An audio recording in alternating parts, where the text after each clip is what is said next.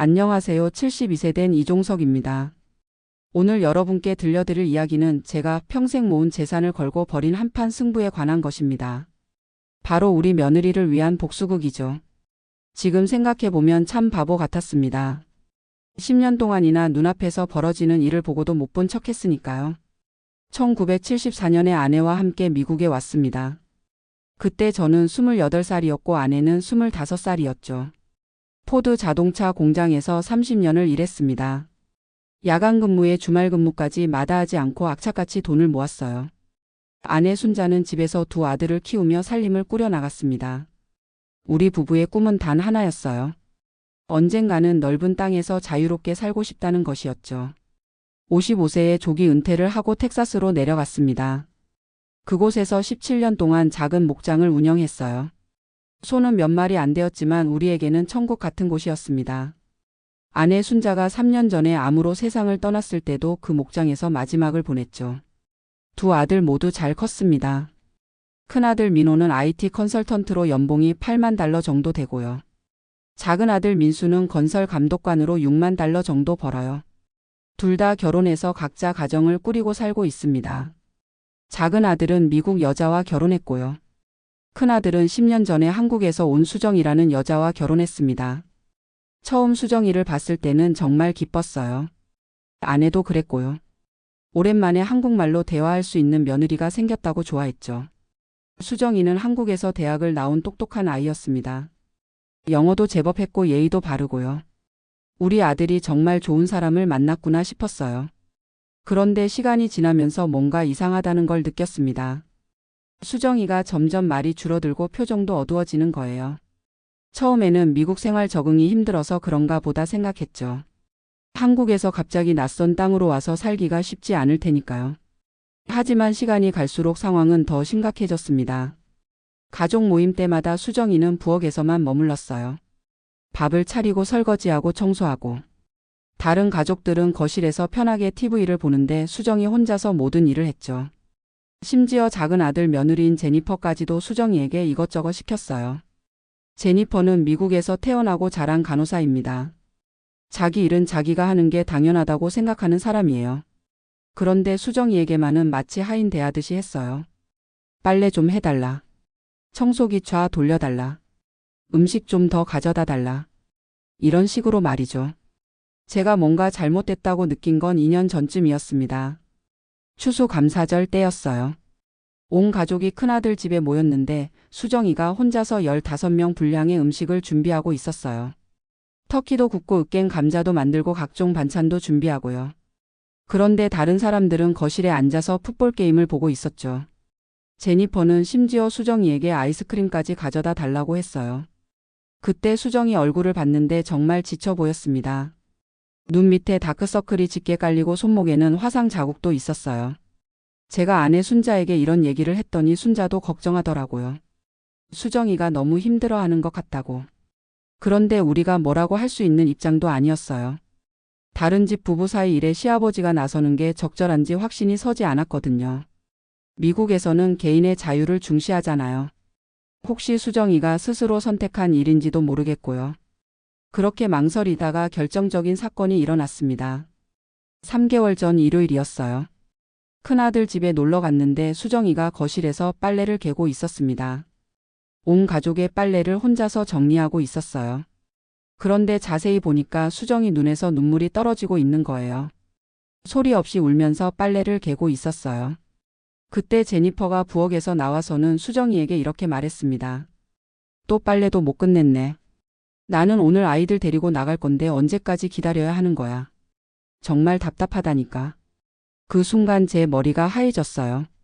순간 혈압이 확 올라가면서 손이 떨렸죠. 10년 동안 이런 일이 반복되고 있었구나. 우리 며느리가 이 집에서 하인 취급을 받고 있었구나. 그런 생각이 들면서 정말 화가 났습니다. 그날 밤 잠을 못 잤어요. 계속 수정이 울고 있는 모습이 떠올랐거든요. 이렇게 두고 볼 수는 없다고 생각했습니다. 다음 날 바로 큰아들 민호를 불러서 따졌어요. 수정이를 왜 그렇게 대하느냐고. 아내가 집안일 하는 게 당연하다고 생각하느냐고. 그런데 민호의 대답이 더 가관이었습니다. 아빠 우리는 맞벌이에요. 수정이는 집에 있으니까 집안일 하는 게 당연하죠. 제니퍼는 간호사로 일하고 있고요. 수정이는 일자리를 구하려고 해도 영어가 부족해서 못 구하잖아요. 그러니까 집안일이라도 열심히 해야죠. 이런 식으로 대답하더라고요. 정말 어이가 없었습니다. 수정이가 영어가 부족한 건 사실이에요. 하지만 그렇다고 해서 온 가족의 하인이 되어야 하는 건 아니잖아요. 특히 제니퍼까지 수정이에게 이런저런 일을 시키는 건 정말 말이 안 되죠. 작은 아들 민수한테도 얘기해 봤어요. 내 와이프가 형수를 너무 함부로 대한다고. 그런데 민수도 별로 신경 쓰지 않더라고요. 제니퍼가 원래 성격이 좀 직선적이라고. 나쁜 뜻으로 하는 말이 아니라고. 형수도 이해할 거라고. 이런 식으로 넘어가려고 했어요. 정말 답답했습니다. 두 아들 모두 상황의 심각성을 모르고 있었어요. 아니면 알면서도 모른 척하고 있었던 것 같아요.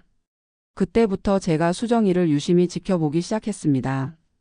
일주일에 두세 번은 큰아들 집에 들렀어요. 갈 때마다 수정이는 뭔가 하고 있었습니다.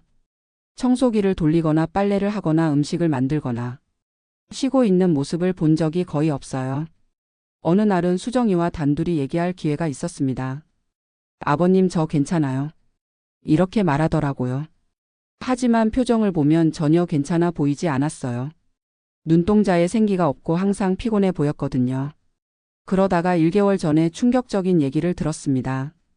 수정이가 한인교회 권사님께 상담을 요청했다는 거예요. 이혼을 고려하고 있다고 했다는 겁니다. 더 이상 이런 생활을 할 수 없다고.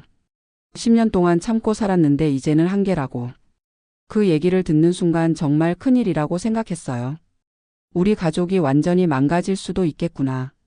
그리고 무엇보다 수정이가 너무 불쌍했습니다. 20대에 한국을 떠나 이 먼 미국 땅까지 와서 이런 고생을 하고 있다니. 그날 밤 정말 오랫동안 고민했어요. 어떻게 하면 이 상황을 해결할 수 있을까? 가족 회의를 해봐도 소용없을 것 같았어요. 두 아들 모두 심각성을 인식하지 못하고 있으니까요. 수정이에게 용돈을 좀 주는 것도 근본적인 해결책이 아니고요. 그러다가 문득 한 가지 생각이 떠올랐습니다. 수정이가 진짜 필요한 건 경제적 독립이구나. 자기 돈이 있으면 누구 눈치도 안 보고 살 수 있을 텐데. 그렇다면 제가 도와드릴 방법이 있지 않을까? 다음 날 아침 일찍 텍사스 목장으로 갔습니다. 17년 동안 제 삶의 터전이었던 그곳을 둘러보면서 생각했어요. 이 목장이 지금 시세로 $50만 정도 될 거예요. 아내 순자와 함께 갖고 온 소중한 곳이지만 이제는 혼자라 관리하기도 힘들고요. 그보다는 수정이의 새로운 시작을 위해 쓰는 게 나을 것 같았어요. 부동산 중개업소에 가서 매물로 내놨습니다. 생각보다 빨리 관심 있어 하는 사람들이 나타났어요. 텍사스 목장 부동산이 요즘 인기가 좋다고 하더라고요. 2개월 만에 $49만 팔렸습니다. 거의 $50만 다름없죠. 계약금부터 시작해서 모든 절차가 끝나는데 3개월이 걸렸어요. 그동안 아무에게도 얘기하지 않았습니다. 수정이한테도 비밀로 했어요. 깜짝 선물을 주고 싶었거든요. 목장 매각이 완전히 끝난 다음 날 수정이를 따로 불렀습니다. 그리고 은행 수표를 건네주면서 이렇게 말했어요. 수정아, 이걸로 내가 하고 싶은 일을 해봐. 카페든 식당이든 내가 원하는 걸 해. 더 이상 남의 눈치 보면서 살지 마. 수정이가 그 수표를 보고는 깜짝 놀라더라고요. $49만 금액을 보고 손을 벌벌 떨었어요. 아버님, 이게 뭐예요? 저는 이런 큰 돈 받을 수 없어요. 이러면서 거절하려고 했죠. 하지만 제가 단호하게 말했습니다. 이건 내가 지난 10년 동안 우리 가족을 위해 일한 대가야. 무급으로 일한 것에 대한 보상이라고 생각해. 그리고 앞으로는 누구한테도 함부로 당하지 마. 내가 경제적으로 독립하면 아무도 무시하지 못할 거야. 수정이가 그 자리에서 울음을 터뜨렸어요. 10년 동안 쌓였던 서름이 한 번에 터져 나오는 것 같았어요. 정말 오랫동안 울더라고요. 그리고 나서 이렇게 말했습니다. 아버님, 정말 감사해요. 아버님이 아니었으면 저는 정말 어떻게 됐을지 몰라요. 꼭 성공해서 아버님 은혜를 갚을게요. 그때 저도 눈물이 날 것 같았어요. 이 착한 아이가 그동안 얼마나 힘들었을까 생각하니까 가슴이 아팠거든요. 그 다음부터 일이 급속도로 진행됐습니다. 수정이는 일주일 만에 민호에게 이혼을 요구했어요. 더 이상 이런 식으로는 살 수 없다고. 자기는 독립해서 살겠다고. 민호가 완전히 당황했죠. 갑자기 왜 이러냐고. 지금까지 잘 살아왔는데 뭐가 문제냐고. 하지만 수정이는 이미 마음을 굳혔어요. 10년 동안 참았던 것들을 다 털어놨죠. 자기가 이 집에서 하인 취급을 받았다고. 존중받지 못했다고. 앞으로는 자기 인생을 살고 싶다고. 민호가 저한테 달려와서 따졌어요. 아빠가 수정이한테 뭔가 했죠. 갑자기 왜 이런 말을 하는 거예요. 그래서 제가 솔직하게 다 얘기했습니다. 목장을 팔아서 수정이에게 돈을 줬다고. 이제는 수정이가 독립할 수 있을 거라고. 민호가 완전히 화를 냈어요. 아빠가 왜 그런 일을 혼자 결정했냐고. 가족끼리 상의도 없이 그런 큰 돈을 줄 수 있냐고. 하지만 저는 전혀 후회하지 않았어요. 오히려 왜 이제서야 이런 결정을 했나 싶었죠. 작은 아들 민수도 마찬가지로 화를 냈습니다. 아빠 재산을 왜 형수한테 주냐고. 나중에 상속받을 돈인데 미리 빼서 주는 거 아니냐고. 정말 한심했어요. 지금까지 수정이가 얼마나 고생했는지는 생각하지 않고 돈 걱정부터 하더라고요. 며느리 제니퍼도 입에 담기 힘든 말들을 했어요. 수정이가 돈 때문에 할아버지를 이용했다고. 원래 계획이 있었을 거라고. 정말 어이가 없었습니다. 그동안 수정이를 어떻게 대했는지는 생각도 안 하고 말이에요. 하지만 다행히 수정이는 전혀 흔들리지 않았어요. 이미 다 계획을 세워놨더라고요. LA 한인타운에 작은 카페를 열기로 했다고. 한국 음식과 커피를 파는 복합 카페를 구상하고 있었어요. 임대료 보증금으로 15만 달러. 인테리어와 장비 구입비로 20만 달러. 당분간 운영 자금으로 10만 달러. 이렇게 계산해 놨더라고요. 나머지 돈은 비상금으로 모아두겠다고 했어요. 정말 꼼꼼하고 똑똑한 아이라는 생각이 들었습니다. 10년 동안 집안일만 하느라 자기 능력을 펼칠 기회가 없었을 뿐이지 원래 유능한 사람이었던 거죠. 이혼 절차는 생각보다 간단했어요. 수정이가 재산 분할을 포기했거든요. 그동안 민호 명의로 모은 재산에 대해서는 아무것도 요구하지 않았어요. 대신 완전히 깔끔하게 정리하고 싶다고 했죠. 민호도 처음에는 반대했지만 결국 수정이 뜻을 따랐습니다. 수정이가 워낙 단호했거든요. 2개월 만에 모든 절차가 끝났어요. 그리고 수정이는 정말로 LA로 떠났습니다. 짐을 쌀 때 보니까 가져갈 게 별로 없더라고요. 10년 동안 살았는데 개인 소지품이 박스 2개가 전부였어요. 그것도 대부분 옷가지 뿐이었고요. 그때 다시 한번 느꼈죠.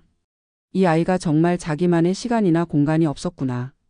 수정이가 떠나기 전날 밤 저한테 인사를 왔어요. 아버님 덕분에 새로운 인생을 시작할 수 있게 됐어요. 꼭 성공해서 보답하겠습니다. 그리고 아버님도 건강하세요. 이렇게 말하면서 깊게 인사했어요. 저도 마음이 뭉클했습니다. 힘들어도 포기하지 말고 꿈을 이루라고. 언제든지 어려운 일 있으면 연락하라고. 이렇게 말해줬죠. 수정이가 떠난 후 한동안 집 안이 조용했어요. 민호는 저랑 거의 말을 안 했고요. 민수도 마찬가지였습니다. 제니퍼는 아예 저를 피했어요. 만나면 인사만 대충 하고 말았죠. 하지만 저는 전혀 후회하지 않았습니다. 오히려 속이 시원했어요. 그동안 못다 한 일을 해낸 기분이었거든요. 6개월이 지나고 수정이한테서 연락이 왔어요. 카페가 성공적으로 문을 열었다고. 손님들이 많이 찾아와서 바쁘다고. 특히 한국 젊은 엄마들이 아이들과 함께 많이 온다고 했어요. 한국 음식을 그리워하는 교포들도 단골이 됐다고 하고요. 사진도 보내줬는데 정말 예쁜 카페였어요. 한국적인 따뜻함과 현대적인 세련됨이 잘 어우러진 공간이었죠. 수정이도 완전히 달라져 보였어요. 예전에는 항상 지쳐 보였는데 이제는 생기가 넘쳤거든요. 눈빛도 살아있고 표정도 밝아졌어요. 정말 다행이라는 생각이 들었습니다. 그런데 더 놀라운 일이 있었어요. 수정이 카페에 젊은 한국인 남자가 자주 온다는 거예요. LA에서 의사로 일하는 동갑내기 총각이라고 했어요. 부모님이 한국에 계시고 혼자 미국에서 공부하고 일하는 사람이래요. 수정이와 비슷한 처지라서 많은 얘기를 나눈다고 하더라고요. 아직 연인 사이는 아니지만 좋은 친구로 지내고 있다고 했어요. 저도 기분이 좋았죠. 수정이가 새로운 사람을 만나서 행복해 한다니까요. 그 소식을 듣고 나서 문득 민호 생각이 났어요. 아들도 나름대로 힘들 텐데. 10년 동안 함께 살던 아내가 갑자기 떠났으니까 적응하기 어려울 거예요. 그래서 민호한테 연락해 봤습니다. 처음에는 전화를 안 받더니 몇 번 걸어서야 받았어요. 목소리가 많이 지쳐 있었어요. 아빠, 저 요즘 정말 힘들어요. 이렇게 말하더라고요. 집에 들어가면 너무 조용해서 견딜 수가 없다고. 수정이가 해주던 음식도 그립고 깔끔하게 정리된 집도 그립다고. 그제서야 수정이가 얼마나 많은 일을 해왔는지 깨달았다고 했어요. 혼자 살림하려니까 정말 힘들다고. 회사에서 돌아와서 빨래하고 청소하고 설거지하는 게 이렇게 힘든 줄 몰랐다고. 수정이한테 미안하다고. 그동안 너무 당연하게 생각했다고. 저도 마음이 좀 풀렸어요. 아들이 뒤늦게나마 깨닫고 있구나 싶어서요. 민수네도 마찬가지였어요. 제니퍼가 요즘 집안일 때문에 스트레스를 많이 받는다고 하더라고요. 간호사 일도 힘든데 집에 와서 또 청소하고 빨래하는 게 너무 피곤하다고. 그동안 수정이가 도와줘서 편했는데 이제는 모든 걸 혼자 해야 하니까 힘들다는 거예요. 수정이한테 고마웠다는 말도 못했다면서 후회한다고 했어요. 그때서야 가족들이 수정이의 소중함을 깨닫기 시작했습니다. 하지만 이미 늦었죠. 수정이는 자기 길을 찾아서 잘 살고 있는데 뭐하러 돌아오겠어요. 1년이 지난 지금 수정이 카페는 정말 성공했어요. 직원도 2명이나 두고 있고 매출도 꾸준히 늘고 있다고 해요. 그리고 그 의사분과도 계속 좋은 관계를 유지하고 있대요. 아직 결혼 얘기까지는 안 나왔지만 서로 좋아하는 사이라고 하더라고요. 저는 정말 기뻤습니다. 수정이가 드디어 자기 인생을 살게 됐구나 싶어서요. 민호는 요즘 새로운 여자친구를 만나고 있어요. 회사 동료인데 미국에서 태어난 한국계 여성이라고 해요. 이번에는 제대로 된 관계를 만들어가고 싶다고 하더라고요. 수정이와의 결혼에서 뭘 잘못했는지 많이 반성했다고 해요. 민수네도 변했어요. 제니퍼가 수정이한테 직접 사과 편지를 보냈어요. 그동안 함부로 대해서 미안하다고. 수정이도 답장을 보내서 다 이해한다고 했대요. 이제는 모두 각자 자리에서 행복하게 살자고. 가족 관계도 예전보다 훨씬 좋아졌어요. 아들들이 이제는 저를 원망하지 않거든요. 오히려 그때 제가 용기 있는 결정을 해서 다행이었다고 해요. 만약 그대로 뒀다면 정말 큰일 날 뻔했다고. 저도 그렇게 생각해요. 목장은 팔았지만 전혀 아깝지 않습니다. 대신 우리 가족 모두가 소중한 교훈을 얻었거든요. 진정한 가족이 뭔지, 서로 존중하는 게 얼마나 중요한지, 경제적 독립이 왜 필요한지, 이런 것들을 배웠어요. 요즘 제가 사는 집은 예전보다 조용해졌어요. 혼자 살다 보니까 적적할 때도 있죠. 하지만 마음은 편안합니다. 옳은 일을 했다는 확신이 있거든요. 가끔 수정이가 안부 전화를 해요. 아버님 건강은 어떠세요? 당뇨 관리 잘하고 계세요? 이런 식으로 챙겨줘요. 민호보다 오히려 더 자주 연락하는 것 같아요. 그럴 때마다 정말 고마운 마음이 들어요. 이 아이가 진짜 효녀구나 싶어서요. 지난달에는 수정이가 직접 만든 김치를 택배로 보내줬어요. 제가 김치를 그리워한다고 했더니 정말 보내준 거예요. 맛이 어찌나 좋던지. 아내 순자가 담근 김치 맛이 났어요. 한국 음식이 그리울 때마다 수정이 카페에 가고 싶다는 생각이 들어요. 언젠가 LA에 가서 수정이 카페도 구경하고 그 의사분도 만나보고 싶어요. 수정이가 정말 행복해하는 모습을 직접 보고 싶거든요. 이 이야기를 들으시는 여러분 중에도 비슷한 상황에 계신 분들이 있을 거예요. 가족 안에서 부당한 대우를 받는 사람을 보고도 모른 척하는 분들. 가족이니까 참아야 한다고 생각하는 분들. 하지만 저는 말씀드리고 싶어요. 침묵도 때로는 공범이 될 수 있다고. 옳지 않은 일을 보고도 가만히 있으면 그것도 잘못이라고. 특히 시니어 여러분들께 말씀드리고 싶어요.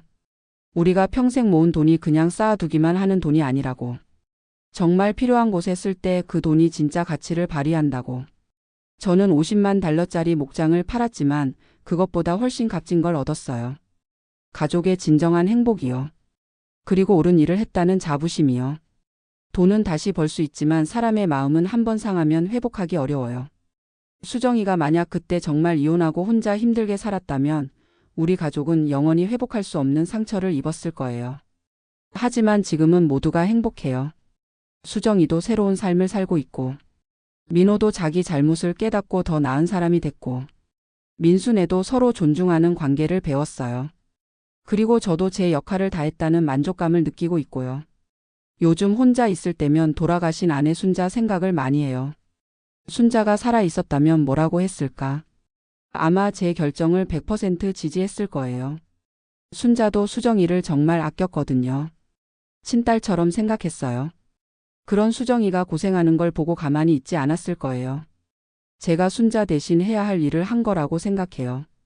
지금도 가끔 꿈에 순자가 나타나요. 잘했다고. 수정이 잘 도와줘서 고맙다고.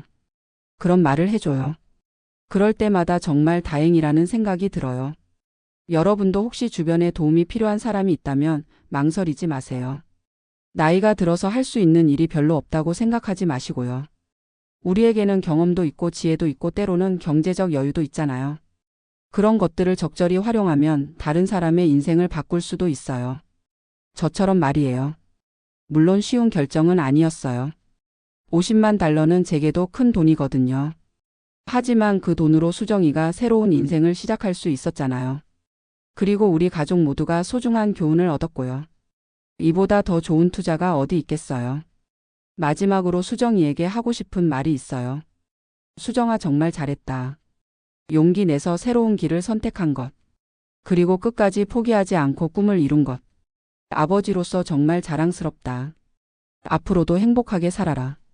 그리고 좋은 사람 만나서 진짜 사랑도 찾아라. 언제나 아버지가 응원하고 있다는 걸 잊지 마라. 여러분도 오늘 제 이야기를 들으시면서 많은 생각을 하셨을 거예요. 가족이란 무엇인지, 진정한 사랑이 무엇인지, 때로는 과감한 결단이 필요할 때도 있다는 것. 이런 것들을 말이에요. 저는 앞으로도 수정이를 계속 응원할 거예요. 그리고 제가 할 수 있는 일이 있다면 언제든지 도울 거고요. 72살이지만 아직 할 일이 많이 남아있다는 생각이 들어요.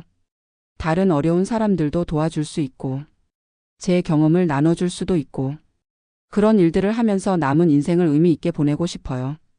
여러분도 나이가 들었다고 해서 포기하지 마세요. 우리에게는 아직 할 수 있는 일들이 많이 있어요. 그리고 우리의 작은 용기가 누군가의 인생을 바꿀 수도 있다는 걸 잊지 마세요. 저는 50만 달러로 복수를 시작했지만 결국 얻은 건 복수가 아니라 가족의 진정한 행복이었어요.